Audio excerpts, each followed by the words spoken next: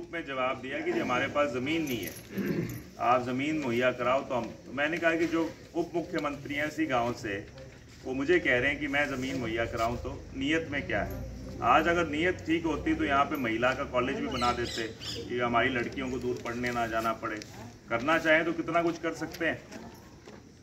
ये जो अस्पताल की बात है, ये आपकी निगाह में डालना चाहूँगा। एक बार छोटा सा धरना भी लगा था यहाँ पे, आपको याद होगा, अस्पताल के सामने कुछ साथी इकट्ठे हुए थे, मैं भी आया था। मैंने उसके बाद विधानसभा में एक बात रखी, तो उसमें उस समय हम पांचों जो विधायक जो बोलते हैं ना, 5 विधायक गांव से, 5 विधायक, मीडिया वाले कई बार कहते हैं 5। हाँ जी, हाँ जी, बिल्कुल बिल्कुल। तो हम सब पांचों के पांचों बैठे हुए थे उस दिन विधानसभा, और मैंने ये बात रखी थी, मैंने कहा बड़ा दुर्भाग्यपूर्ण है ये कि हम ताकत तो इस गाँव के नाम से लेते हैं, सबने चौटाला, चलो मैं नहीं लगाता, बाकी तो सारे गांव का नाम उस हिसाब से लगाते हैं। तो मैंने कहा ताकत तो इस गांव के नाम से लेते हैं, मगर सही मायने के अंदर आज की तारीख में इससे दुर्भाग्यपूर्ण क्या हो सकता है कि जो हमारा जो अस्पताल बना हुआ है वही इतने बुरे हालात के अंदर है। मतलब शर्मनाक है स्थिति। और मैंने उसके बाकायदा वहाँ पर रखी थी ये बात। उसके बाद बड़ा ज़ोर ज़बरदस्ती की तो 2-3 डॉक्टर इन्होंने भेजने का काम किया। तो बात मैं यही कहता हूँ कि अगर किसी के पास इतनी ताकत रह ली, आपने देख लिया उन्होंने उस ताकत का क्या काम करने का काम किया। आज मौका है सही मायने में उस ताकत को सही हाथों में देने का।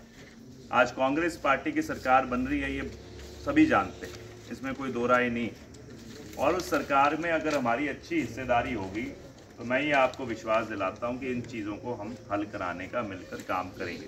आपने उधर देख लिया ताकत देने का काम, केवल अपनी जेब भरने के अलावा कुछ नहीं किया। भ्रष्टाचार फैल गया, नशा फैल गया, अपराध फैल गया। और अपने राज में कोई आपको बिजली घर मिला था, गाँव के अंदर कांग्रेस राज की देन है जो बिजली घर मिला था। वो तो गांव की बात है, इस कॉलोनी में भी कहाँ इसके टाइम में काम, जैसे अभी कह रहे थे कि सरपंच साहब और सारे उस समय का जो था पैसा था, डॉक्टर साहब और सरपंच साहब दोनों ने मिलकर उस समय इस कॉलोनी का पूरा विकास कराने का काम किया। तो अपनी नीयत है, हमारी राजनीति जैसे कहते हैं शराफत और विकास की। हमारी राजनीति का आधार ही यही है कि हमने कुछ काम करना है, विकास करना है, उसी से मजबूती अपने को मिलती है। तो आप इस चीज़ से निसंकोच हो जाओ। जब सरकार में बड़ी हिस्सेदारी होगी, हुड्डा साहब आए उस दिन, ये बात अंदेशा देकर गए हैं कि इस हल्के को मैं बड़ी ताकत दूंगा।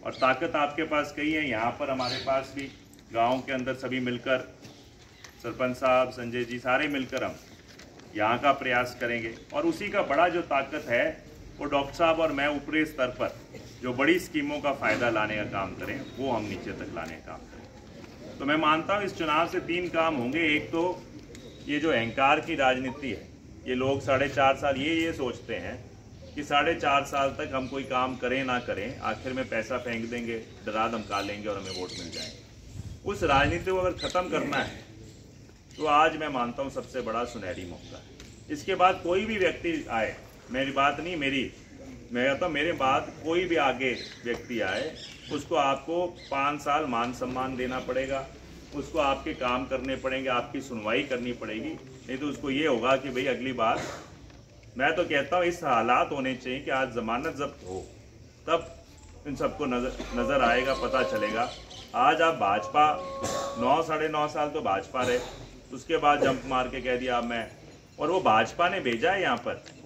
ये सारा खेल आपको समझ आ गया होगा, पर्दाफाश हो चुका है उस चीज़ का। जिस तरह से गोपाल कांडा के साथ हाथ मिला लिया, भाजपा ने वहाँ टिकट वापस ले ली।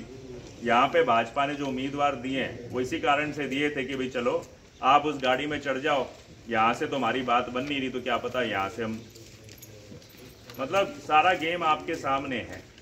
ये कोई आपके हित के लिए नहीं खेला जा रहा। आज जो एक पिछले चुनाव में गालियाँ देते थे खुलेआम कि ये पार्टी ऐसी है, ये नशा बेचती है, ये करती है, ये नेता ऐसे हैं, आज वो कहते हैं कि सारे साधु संत बन गए हम सब लोग।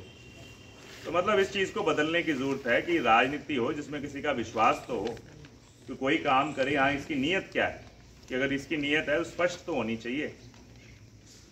और दूसरा मैं कहता हूँ सरकार में हिस्सेदारी मिलेगी, बड़ी हिस्सेदारी, बड़ी ताकत मिलेगी। मैं मानता हूँ इस बार सुनहरी मौका है, सरकार भी आपकी, विधायक भी आपका, मंत्री भी आपका बन सकता है। अगर आप लोग पूरे गांव वाले मिलकर ताकत लगाओ, और वो मंत्री वैसा नहीं जो पिछली सरकार में, जिसकी नीयत है कुछ काम करने की। और तीसरा, ये घोषणा पत्र जो आप पढ़ो, बड़ी घोषणाएं की है। माताओं के लिए एक बहुत बड़ी खुशखबरी है, 2000 रुपये कांग्रेस पार्टी की सरकार आपकी जेब में डालना जा रही है।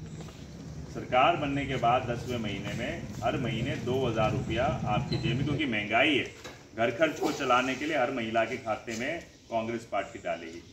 बुढ़ापा पेंशन बढ़ा के 6000 रुपया करने जा रही है कांग्रेस पार्टी की सरकार, 6000 रुपये बुढ़ापा पेंशन। 300 यूनिट मुफ्त बिजली, और ये पंजाब की तरह नहीं जो आम आदमी कहती थी 300 यूनिट में अगर 310 भी आ जाए यूनिट, मतलब आपने खर्च कर लिए, तो 10 यूनिट का पैसा देना, 300 यूनिट फिर भी मुफ्त रहेगा। और सभी के लिए, कोई बीपीएल परिवारों के लिए नहीं, सारों के लिए 300 यूनिट मुफ्त बिजली। 500 रुपये में गैस का सिलेंडर, 2 लाख पक्की नौकरियां। ये कौशल रोजगार का जो सिस्टम चल रहा था, खेल चल रहा था, उसको खत्म करके 2 लाख पक्की नौकरियां, जो पढ़े लिखे युवा और लड़कियां हैं उनको 2 लाख पक्की नौकरियां देने का। 25 लाख तक का स्वास्थ्य बीमा, अगर कोई बीमार होता है तो साल में 25 लाख रुपए का स्वास्थ्य बीमा है। 25 लाख तक का मुफ्त इलाज कांग्रेस पार्टी की सरकार देगी। मनरेगा का जो काम है, जो साथी दिहाड़ी करते रहे, ज़्यादा काम और ज़्यादा दिहाड़ी, वो देने का काम भी कांग्रेस पार्टी की सरकार करती है। और सबसे बड़ी बात है जो किसानों के लिए, एमएसपी की कानूनी गारंटी। तो एमएसपी की कानूनी गारंटी का मतलब कोई भी फसल आप एमएसपी से नीचे नहीं खरीद सकते।